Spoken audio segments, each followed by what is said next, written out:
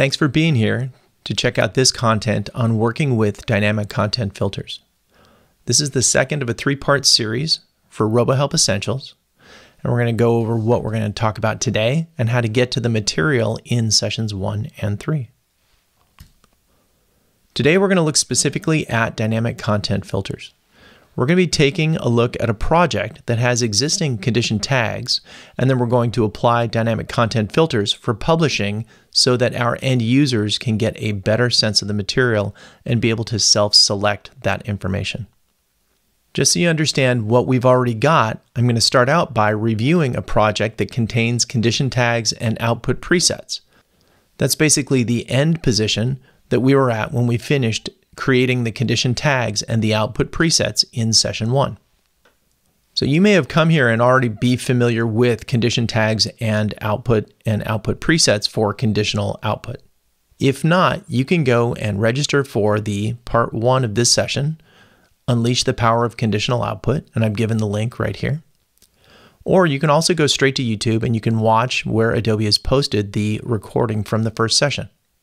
In that recording of the first session, you're going to get information about creating basic build tags, being able to apply build tags to the existing content, the text and the images in your topics, apply the build tags to those topics, create expressions, go ahead and create conditional filters, which then allow you to create the conditional output. Now notice at the end I put the create conditional output in parentheses because that specific part of it is not important for what we're going to do here today. Conditional output leverages those condition tags to create independent outputs, which in themselves are awesome. But what we're going to do today is show how we can use dynamic filtering to create only a single output that allows the user, again, to self-select the content that they need. This is significant for your users because they don't have to go to 3 different places to get the information about specific outputs. Just a little information about me. My name is Matt Sullivan, and I own TechCom Tools, techcomtools.com. I'm certified by Adobe to use, teach, and consult in all of the technical communication suite applications, as well as many of the Creative Cloud applications, things like Photoshop, Illustrator, InDesign, and Acrobat.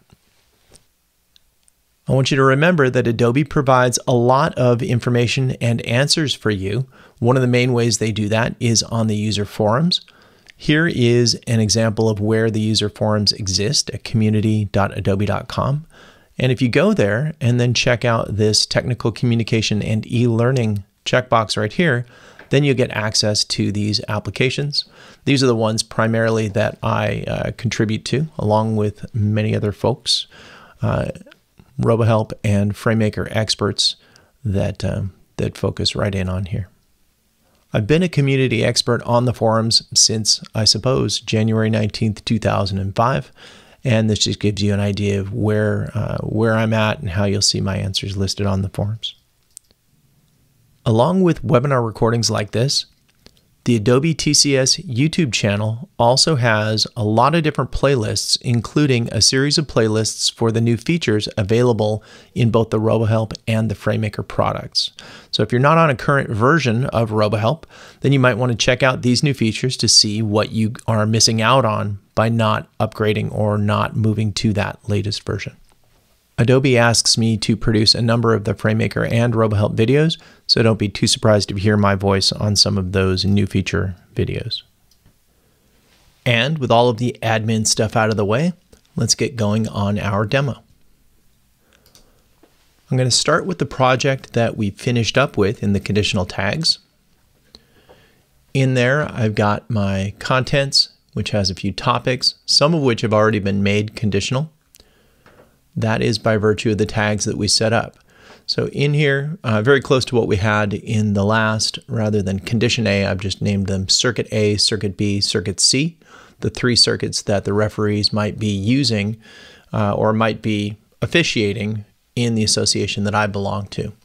So that's the premise of what we're doing here, is creating basically an app for referees to be able to figure out the procedures of the day, the money that they're going to get paid, and what they do after the game.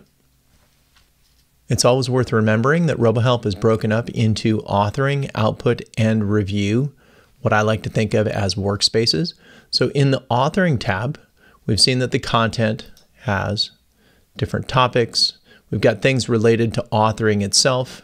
The condition tags are part of the authoring process, so they're defined here. You'd add them here if necessary. That's really all that we have that relates to these topics on the authoring. But if we go over to output, you'll see in output presets that you have different ways to export this information, to publish this information, to be able to view it. Now I can click on preset A and I can publish that one output. I can also go over here to the quick generate and I can choose to output all three or publish all three of these with the quick generate. When I go ahead and click generate here, then it does all three at the same time, just saves me a few steps. I've also got the eyeball so I can check these individual outputs.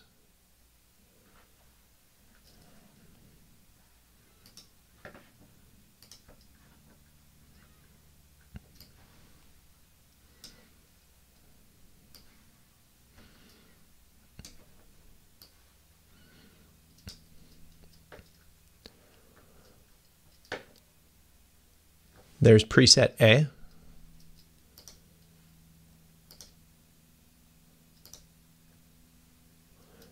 Preset B, or circuit B. And not surprisingly, preset C, or circuit C. In the first demo, we didn't have these linked.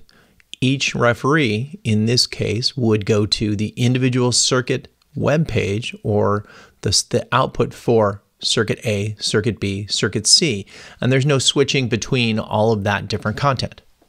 We want something that's a little bit easier for the referees to use. So instead of having those three, we're going to go through and configure this project, the same project that's already working, to create one additional output that is going to allow the filtering. So to do that, I've already got it named Dynamic Filter Output, so that's done. I'm going to come over to Output Presets, and there are a number of things that I can do in basically any order. I'll show you a list in just a second. Now I could come up here and create another output to go along with these three, and I could define that output from scratch. But since I already have three working outputs that are close to what I'm looking for, I'm just going to go to Preset A, and then I'm going to duplicate, and I'm going to call this Dynamic Output.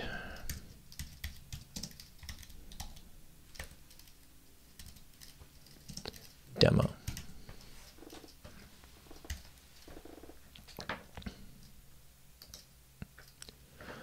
That way I've already got everything that's already working. I've got most of my settings, my skin and things like that already set. And of course you can go back and review the previous presentation for details on how to get that all done. Okay, at this point, we want to look at Dynamic Output Demo. And like I said, there are a number of different things that we will need to do. I'll give you a partial list right here. And these can really be done in any order. So you just kind of look at your output, think of what you need next, and go through these different, maybe 6 or more different things. We're going to create a new output preset, which we've already done by duplicating. We're going to show the filtering of the TOC so that when my referee goes to this web page, they're actually going to see the filtering options first. So that'll be the first choice that they're presented with rather than a topic within a TOC. In fact, that previous output, I had eliminated the TOC because the referees didn't really need it. It didn't make sense for the demo. We're going to enable the filtering in the skin. My current layout does not have the dynamic content filtering enabled, so we're going to turn that on and choose a default filter from those that are available. Going to make sure that I remove the conditional output filtering that's going on. So there is some filtering with the conditional output, and I'm going to undo that. And then I'm going to create a TOC that works the way that I need it to work. Okay, so going back into RoboHelp, like I said, we don't really need to do those in any specific order. We just want to look at our output and then figure out what it is that is the next most logical thing. Go ahead and close that quick generate. and go to my dynamic output, I could just do the single thing here. So just less clutter. I'm going to go ahead and view that. And we can see that it's ref association rules circuit A. This is basically what we would expect. It's the exact same circuit A choices, display, etc. There is a search option right here, but there is no dynamic filtering option. We're going to put that in. Also, as I mentioned, we didn't have a TOC associated with the app, and so there's no TOC icon listed down here. Being dynamic HTML, this is what I would consider my phone view. If I go to a wider view, I'm going to get a tablet view. And then if I go to a significantly wider view, I get we'll call it a desktop view or laptop view. So those are all in play. The icons will reconfigure as needed. I'll go back to my main deliverable, which is going to be the mobile output. And we're going to say that that's fine. We're going to go back into RoboHelp, look at that dynamic output demo, and looking at the settings in the dynamic output preset. I'll go to layout. I will edit my layout. And then we're going to go over to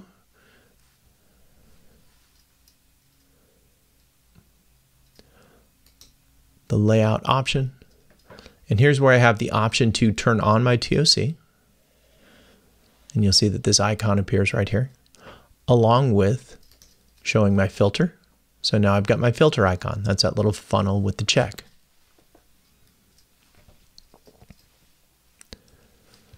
I'm going to save that,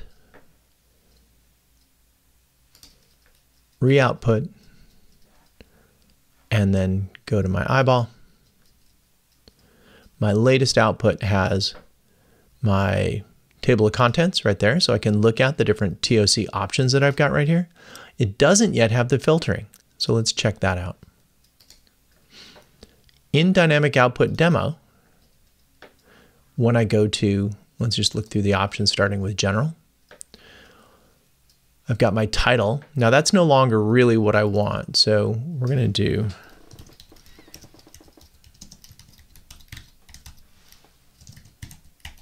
dynamic filtering demo, so we can tell this apart from the circuit A information that we had before.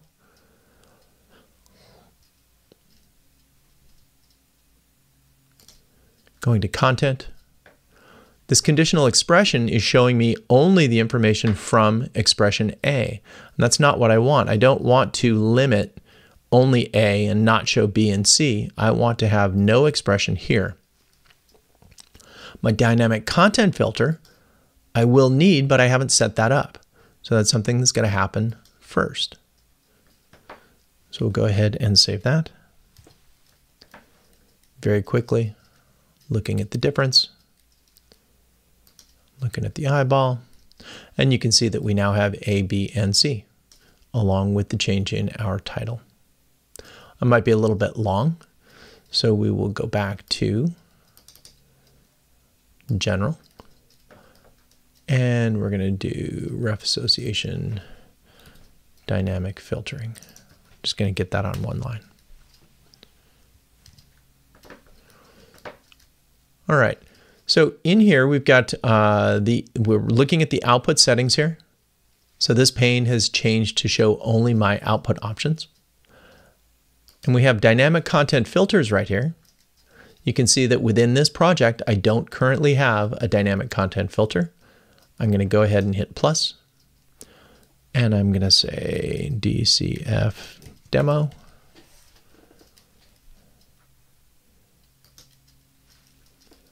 That brings me in here where I've got my filtering icon here. So it's important to pay attention to those icons as you're going through. So it'll tell you exactly where you're at, and if things are named in a similar fashion, you'll be able to tell the difference between the whether it is the presets, whether it is the skins, or whether it is the filters.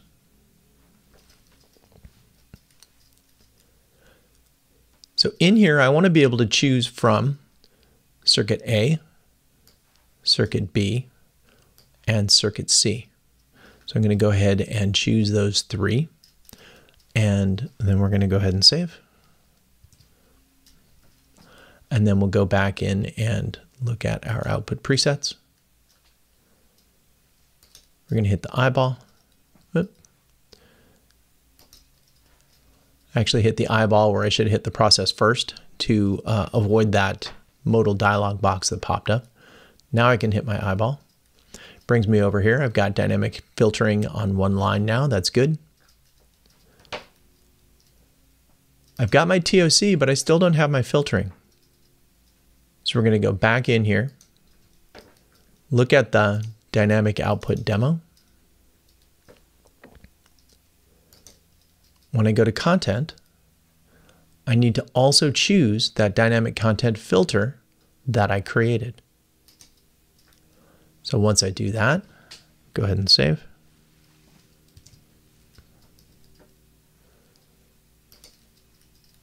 Do an output. Do a view. And now we've got it. So here's circuit A, circuit B, and circuit C. Now you can see right now, we're looking at all three versions of the content. In fact, if I go to match views, I've got circuit A, circuit B, and circuit C. My filtering is working right now. If I come in here and I choose only circuit B, and then go back to my content, you can see that now only circuit B rules are showing, but that's not exactly intuitive. So we want to kind of, we want to goose the system a little bit and make sure that the right choice, or the most obvious or most used choice, is what comes up by default, and only that content is shown by default, not all. So we're going to go into the dynamic output. We're going to go to the filtering. And you can see with circuit A, B, and C, there is also a choice to select by default. So looking at that option now, we're going to go ahead and save all. So just a Command or Control S, depending on Mac or Windows. Go back into your output preset. Go back to your view. Circuit A is now my default content. If I want something other than circuit A, I can come here with the filter. I can choose to have circuit B instead. And now I've got circuit B rules. Now, depending on what you're doing with your filtering, you might have things that have multiple options here. So you might want both circuit A and circuit B, and you can do that. But in this case, it doesn't really make sense. So I need to avoid that option. I don't want to have multiple choices in here. Coming back into output presets, looking in my DCF demo, that's what this allow multiple selection in groups allows or disallows. So changing that, doing a save, outputting my information, and viewing again. I've got ABC, which should not be happening. I've now got options here for radio buttons rather than checkboxes.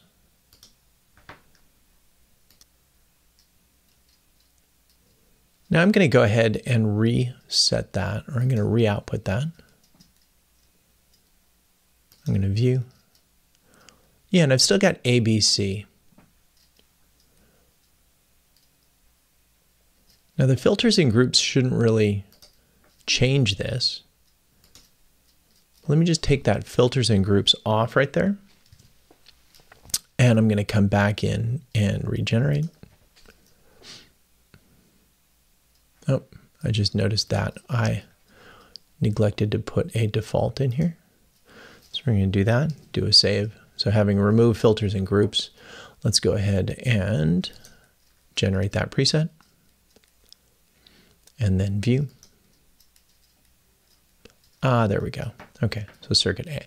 So in this case, when I have that filters in groups, if I have multiple options in here, then I have the ability to choose from more than one group.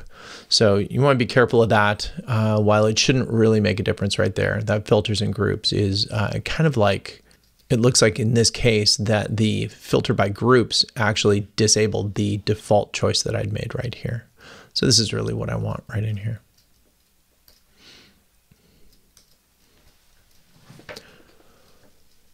So we've got our ref association title set the way that we want. We've got our content showing up by default the way that we want. I've got the TOC set up. Now the TOC is actually showing circuit A. So that's going to be a bit of an issue. We want to go back and investigate that. So when we go back to our skin, so we're going to go back to our output here. So our output preset has, for the content, it has a table of contents called TOCA. And I've got A, B, and C set up for my individual conditional outputs. But instead of that, I want to have a specific one for my dynamic content filtering.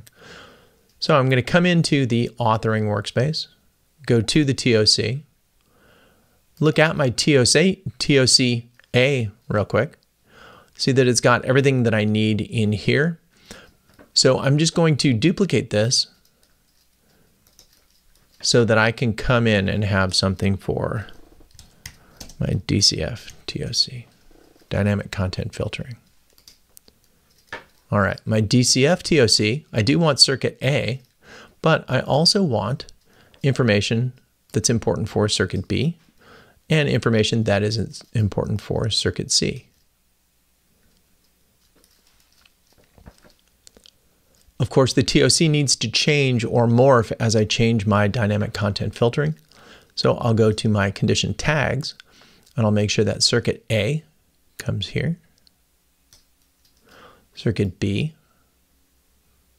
is applied here, and circuit C is applied here. Don't worry that these aren't showing with the indicators. It's not really an issue here. So we're going to go ahead and save. Go back to our output. Choose the table of contents as DCF TOC.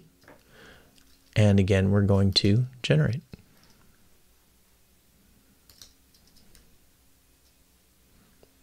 All right, view that.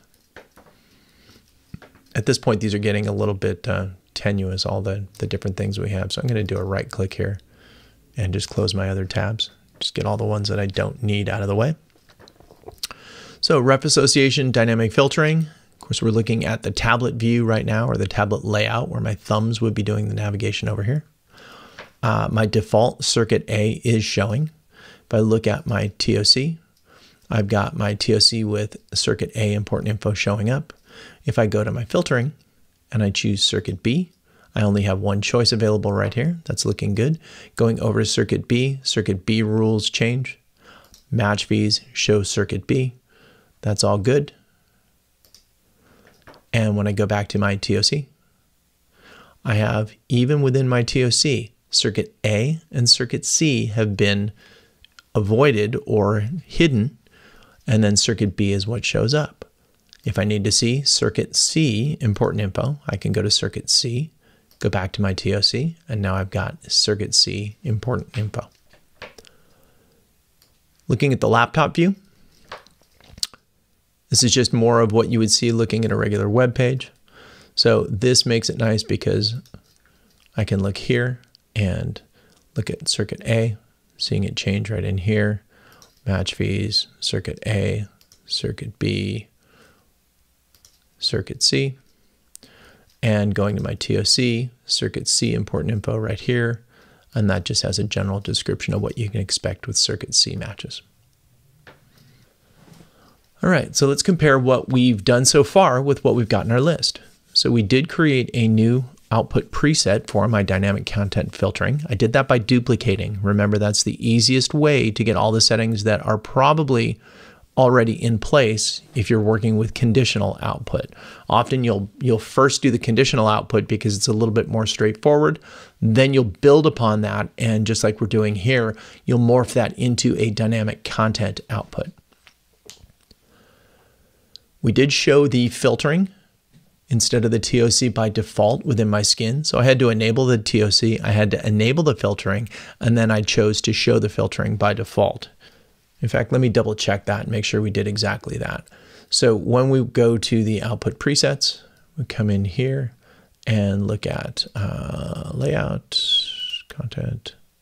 So to do that, we need to go into the skin. So we're going to go to the layout, we're going to hit edit, and then confirm that we're going to have the default panel as TOC.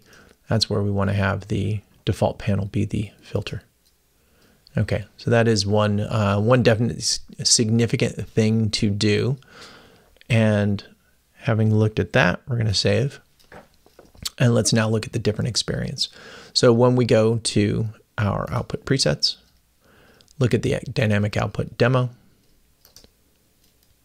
process, view. Okay, so now ref association dynamic filtering, it shows up in the desktop view. This is the way that the circuit options are presented.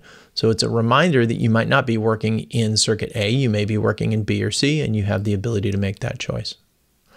When you look at the tablet view, that's going to be presented this way, where you don't really have the default open right here when you go in and view this, but you'd have to actually click on this. And then likewise, I believe with the experience on the mobile device is going to show you that you have basically no default tab visible right here on the mobile, but you would go through and click on you'd say, okay, circuit B, that's not really what I want. What I need is circuit C information instead. And that goes back and allows you to choose this right here. Now the experience does differ a little bit when you're looking at it on an actual phone. So this is Chrome on a Macintosh, and if I look at this in even if it's Chrome on my iPhone or my iOS device, I get a little bit different experience here. And in my experience, there's like a green checkbox that I need to select in order to get back to this view right here. So that user experience, it's just really important to check it on every individual device. So don't check your tablet here. Publish this, make sure it looks about like what you want, and then deliver it or access it via a tablet. For the iOS with, you want to publish this information and then access it using that specific device. Or better, a number of devices, because any number of Android or iOS devices at any number of widths might give you a slightly different, subtly different user experience that you'll want to understand, and your descriptions may not match up with exactly what you're asking the end user to do. Okay, I'm going to take a pause right here. I'm going to review everything that I want to make sure that we get to in this session, and I'll be right back to hopefully wrap up any questions that you may have had as we go through this session right here. All right, I'm back now. And after reviewing the things that we've done so far, comparing the output to what we really want to achieve, we've got most of this taken care of, and we do have some time to cover a few things in terms of formatting and setup, and even the code and the output to give you a better understanding of what exactly is happening here. So I'm back in the output itself, looking at it in Chrome. And what I want you to notice is that where we have the home team to provide 3 balls. This content right here, if I look at it inside of RoboHelp, you can see that this has more than one condition applied to it. So this has both the A and the B. Now the reason that it is a yellow to green gradient is not because I've used yellow and green in my colors, but this is the convention that RoboHelp uses to indicate that there is more than one circuit or more than one condition tag applied. You can see when I hover that I've got circuit A and circuit B that are applied to this content right here. So when I publish this content and I'm looking at circuit A, I've got the home team required to provide 3 balls. When I look at circuit B, Likewise, home team to provide 3 game balls. However, when I go to C, as expected, the home team required to provide 3 balls is not showing up right here. So let's take a closer look at that. If I go back to B, I'm going to come in here to this section. I'm going to highlight a piece of text, and then I'm going to go down to Inspect. Now, if you don't use the Inspect feature inside of your browser, this is an awesome way not only to understand where things are in the HTML and how this is all put together, but you can also even come over here and you can change settings in here. It's how I get some of the settings that I use when I customize CSS for a specific client. Now, when I look for the home team to provide 3 balls, when I hit Inspect, it highlights a row. Inside that row, I've got home team to provide 3 game balls. So this right now says data-rh tags equals 3. Not sure exactly how that's processed, but it's just a numerical thing that happens when we publish. When we look back over at RoboHelp and we look at this, tried to use the Inspect feature in here, but that's not how this works. I go to my HTML view, my code view, source view, according to RoboHelp, and we look up here and we see that my data-condition is set to League Circuit A and League Circuit B. That corresponds to the 2 condition tags that have been applied here. So back in here, we've got visible text, and we see that the RH tags equals 3, and then this is within CSS. This is a what they call a pseudo class for marker there, and then it says home team to provide 3 game balls. If I go over and instead of viewing the A or the B circuit, and I go to the C circuit, we can see that I'm going to get rid of the filtering. We can see that the information, home team to provide 3 game balls, now has the RH tags 3, but it's got this class equals RH hide. So it is in here, but it is not visible over in here. So it's important to realize that this method of displaying or providing the information to your clients is great if you'd like to show or hide something for out of convenience or out of expediency. So if you have a car that has 3 different car models, 3 different radio models, or a spare tire, or oddly enough, doesn't have a spare tire included with it. That's something that happens in the newer cars. My wife's newest car has no dipstick to check the oil, which was very frustrating when I went to look for it. Things like that you can include or exclude from the output depending on the choices, the different specifics within your dynamic content filtering.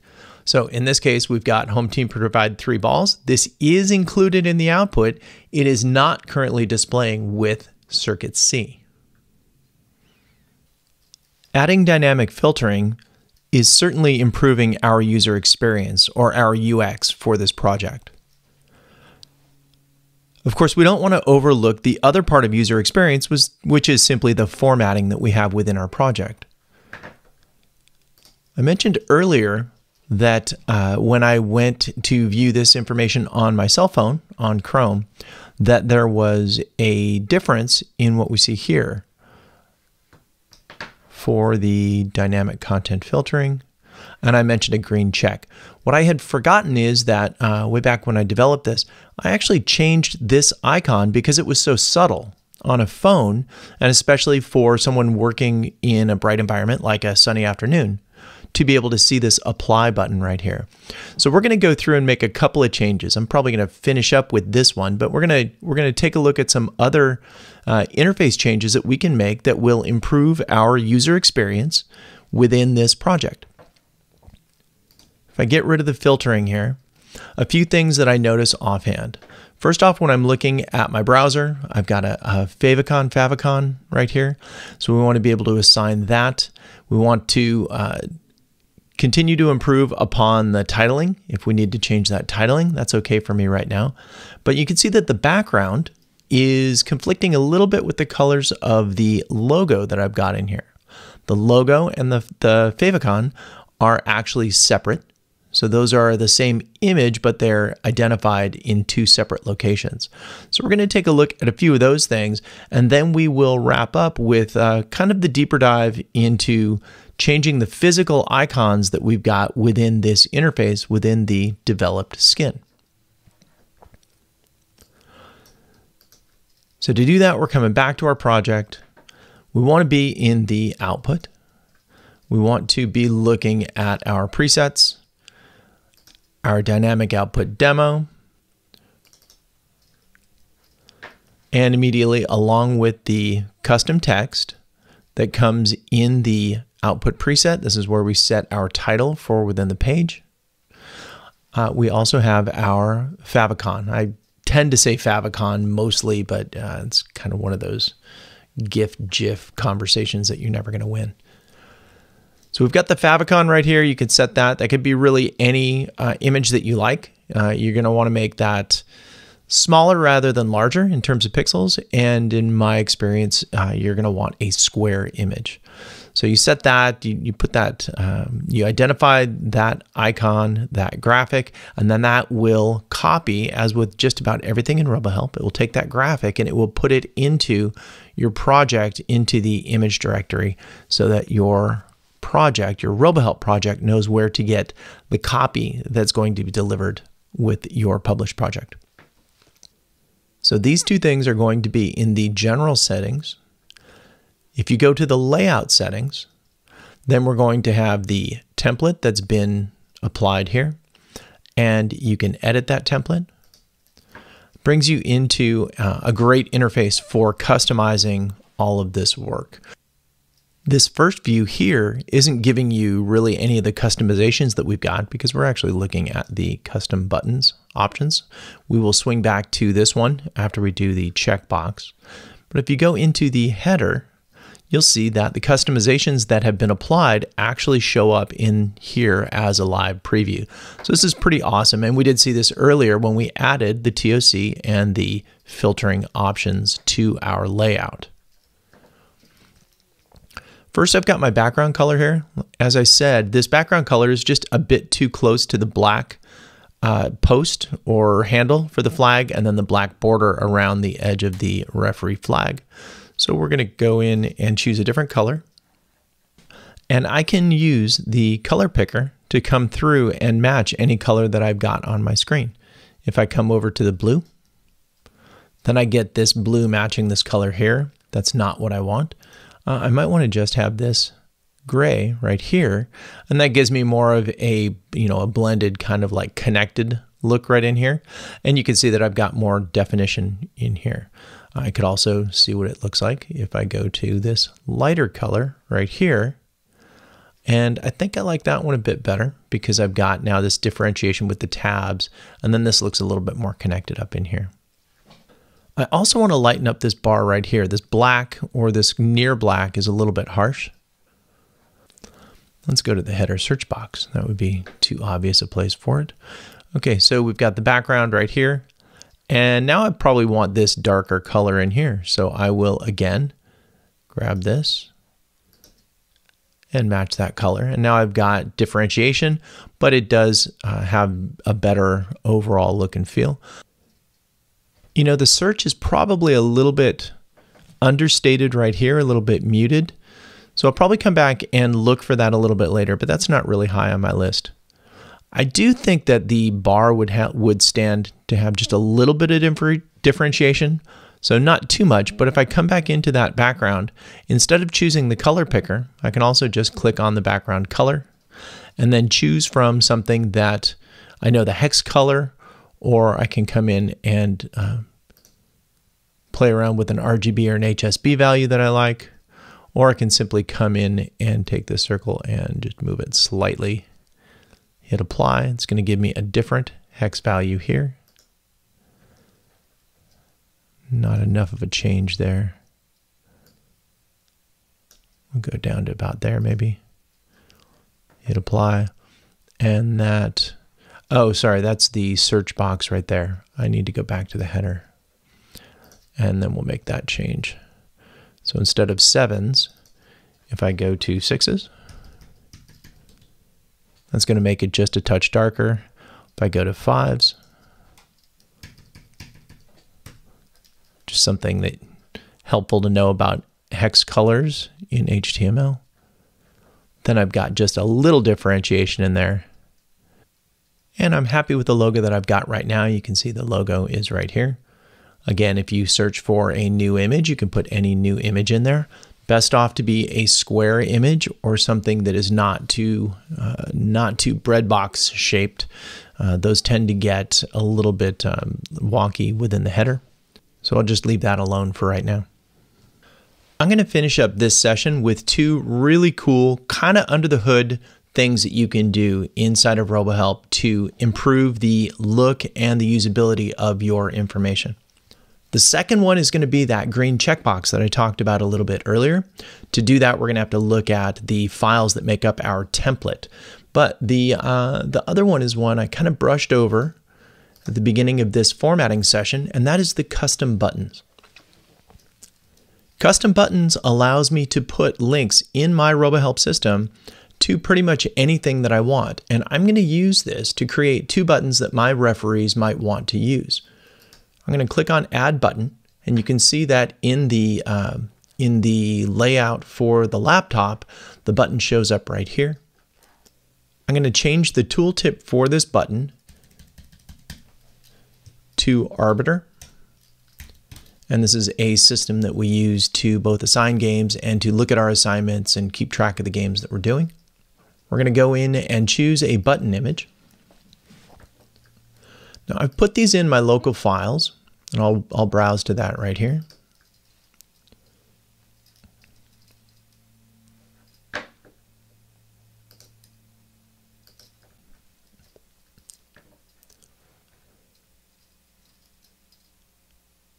And I got this logo by just doing a simple web search and looking at Google and then looking at images.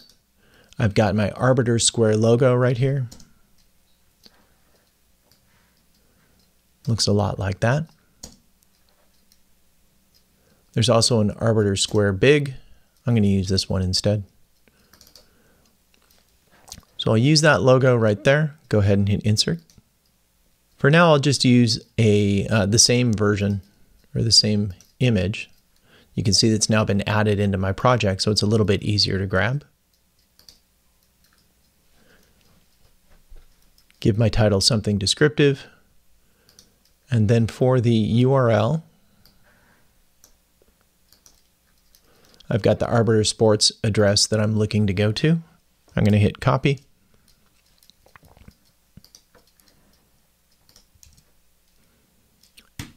And back to there. I'm going to put another button in there, and that's going to go to the Cal South website. Now, Cal South is just the kind of the folks that are in charge of soccer in Southern California.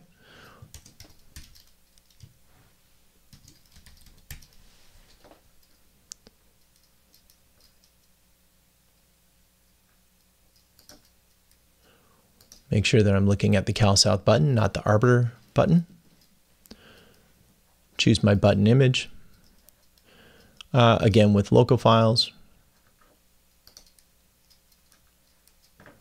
And there's my Cal South ping. Looks like that.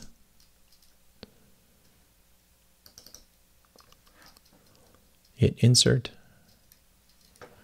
This one showed up automatically. The other one didn't. I'm hoping that's going to show up just as I publish. Go with my selected image. It's now inside of my project. It's been copied in. So we hit Insert.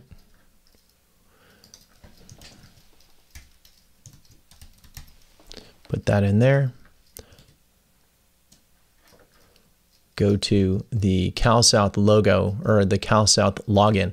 Now, I didn't go directly to calsouth.com, but I went to the login that would be more beneficial. So I just grabbed that and then go back in and go back to RoboHelp choose URL, and just making sure that that session guide equals is what was in the address.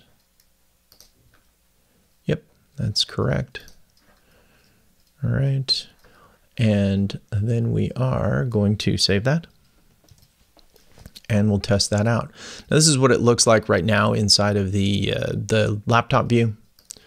Tablet view gives me something that looks like that. Still doesn't like that logo for Arbiter. So I'm going to go back and check on that in a sec. And then likewise with that. Let me see if I can fix this. You know, I mentioned a few minutes ago that one of the really nice things about this preview is that it is live. So this stuff all works when you're working out your formatting. So it's not just like theoretical. Other than the content not being accurate, the skin is actually working the way that you want it to. So I'm going to go back to the laptop. I'm going to choose my button as Arbiter. And for whatever reason, it doesn't look like it held that stuff. So perhaps I didn't choose Arbiter from the select button right here. So let me go through and do this information again. So I now have ASBigPing here. All right, there we go. So that was the trick, is I needed to physically select button first. And then I'm just going to make these the same. So there's going to be no visible change as I hover or I select the button itself.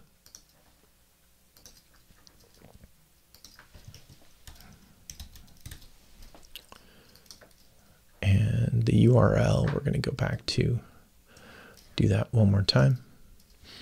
And copy.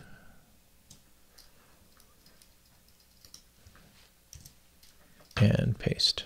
All right. So works well there.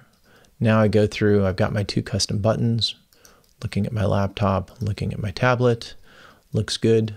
Let's go ahead and save that. Going back to my presets, I'm going to go ahead and generate. And we're going to view. And look at that. So we've got the link out to Arbiter, we've got the link to CalSouth, we've got all this stuff dialed in. Looking at my laptop view, looks like that. Looking at my phone view, looks like this. Clicking on the AS button takes me direct here, and then Arbiter Sports, they can sign in right here.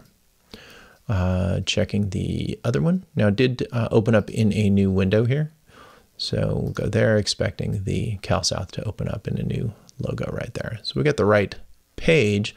This is a Favicon mistake on their part. They need to set this so that the CalSouth logo shows up the way they want it to here. All right, I'm going to close out of that window, and we're going to go, still looking at, let me go ahead and reload this. And that shows our logo right in there. So we just want to keep the browser windows down to a minimum. So I am looking for a way to change this light gray check mark because it's just not that obvious, and candidly the target audience is a little bit older and not working with mobile devices as much as say my kids do. So I want to make that checkbox more obvious, and to change that I went through looking for in my skin, going through all of these, and I wasn't able to find the checkbox that is used in this this template. So that the access to that icon isn't as obvious as I would want it. But let me show you how we can get to where that thing is. So if we look at the folder that's got our content, so this is our project, and within the project, you've got the assets. And within assets, you've got images, and you can see all of the things, including the things I just imported a minute ago, ASBig and CalSouth. And so these are all in here. The icons, whether I loaded them in for my my Favicon, or whether I loaded them for the physical logo that goes into the header, they all get dumped into images, but I don't have all the images that I want. I don't have every single interface item that that I would be looking for. And that's kind of a nice thing when you think about it, because you don't want to have to filter through all of the things that are going to be used, all of the graphics that are used in that assets folder. We want just the things that we've put in there to be able to kind of like isolate them. But if you dig, like I said, a little bit deeper, if you go into the publish folder, and in the publish folder, in your projects folder, you'll find a skins folder. And then you'll find the skin that you are working with. In this case, I called it charcoal gray. I renamed it Ref V2. I think I did that either at the beginning of the session 1 or even before that, before I started the recording of it. And inside of charcoal gray Ref 2 in the skins, you're going to see all of these things. This even includes the CalSouth and the ASBEG. I wasn't really expecting that.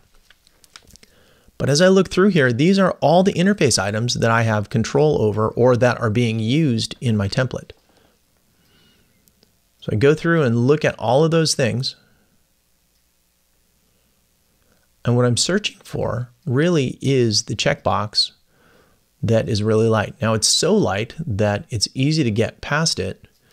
If you look at the back mobile filter ping right here, this is that gray box or the gray checkbox that is being used in the interface. I can take this image, I can open it up in Photoshop, I can create one of my own, or I can go to somewhere else and I can grab the image, any existing back mobile filter ping, and I can replace it in here, and then it will be in use inside of my project.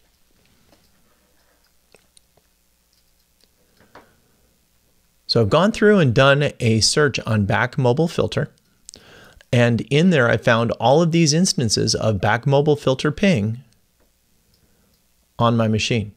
So I've got blue, I've got light gray, I've got a teal, a really bold teal, by the way. So that's kind of a different weight to this one, and this was in the red-green skin that exists, I don't know, somewhere within the Compass Travel. Looks like the Compass Travel sample output. But as I go through all of these, we also have this green one that I had used in the, we'll call it the live version of this app, the one that hasn't been sanitized. And so I've got all of these available. And so if I take that image, whether I create it or whether I find it, and I replace back mobile filter ping here, of course, I'm going to get a message about a newer item existing. I definitely want to replace that. Okay, so now I've got this right in here. And it's time to go test it. So the first test is just live. We're going to see if this just works straight up. And so when I'm going to go ahead and close out of charcoal gray. And I'm going to go re-edit charcoal gray. I'm going to go into my filtering, and I want to go to my mobile view.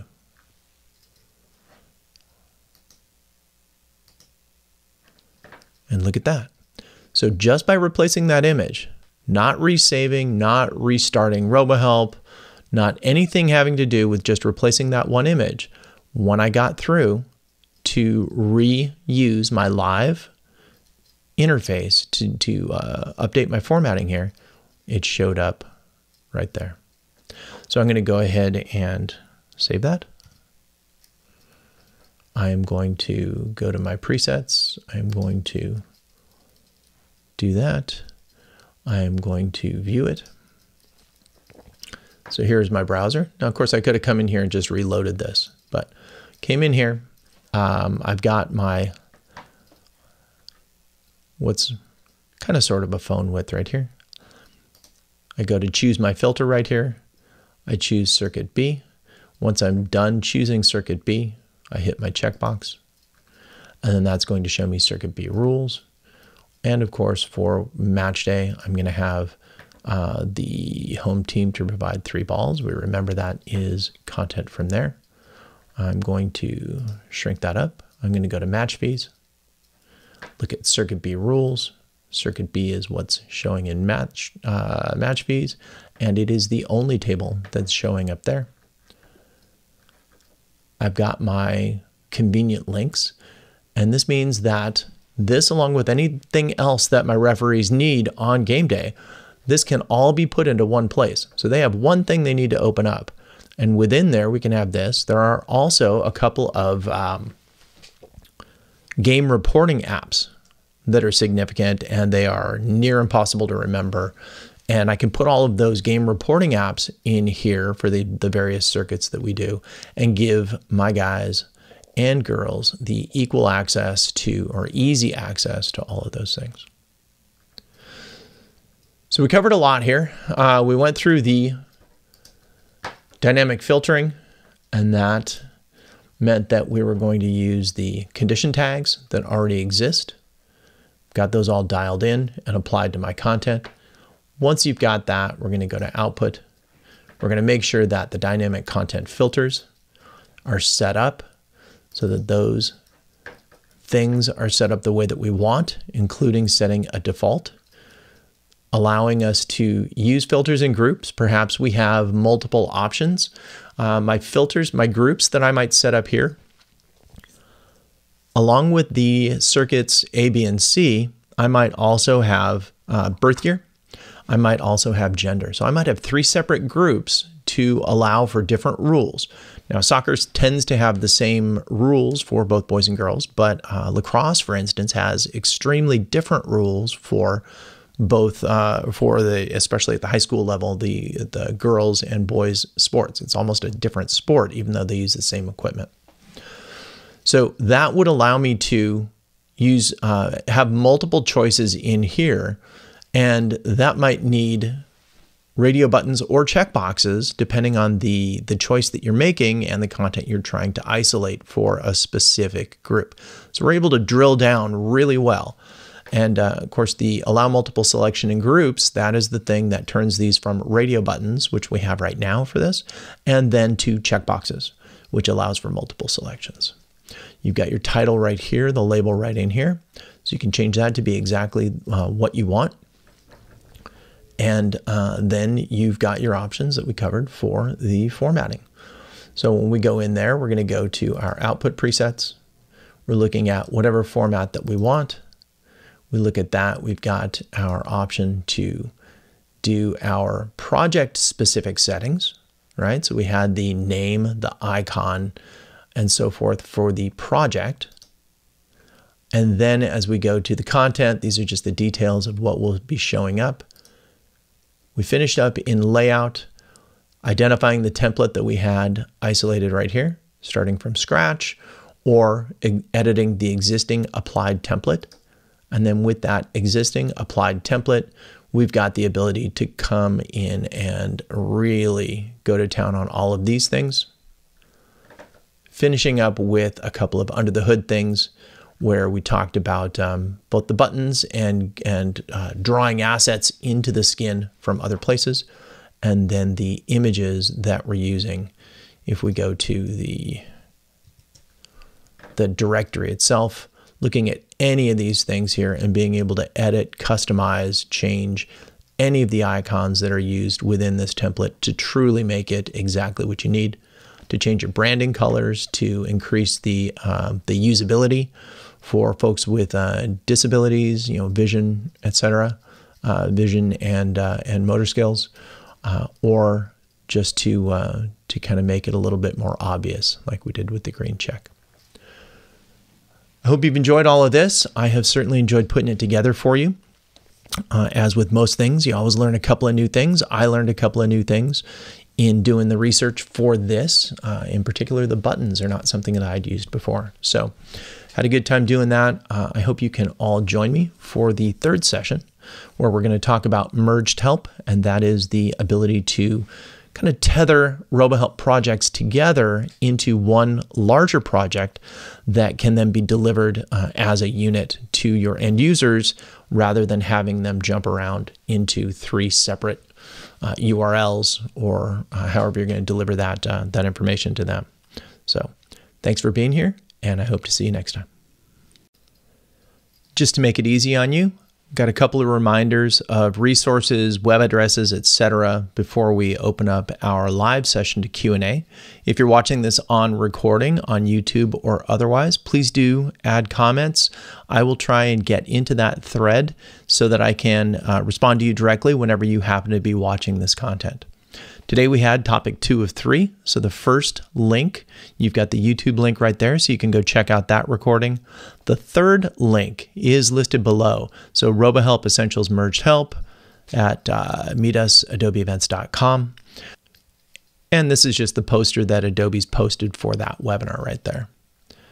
If you need other things from me, happy to help you. I have got a number of FrameMaker books and RoboHelp training and live troubleshooting, if that's something that you are interested in, something that could help you.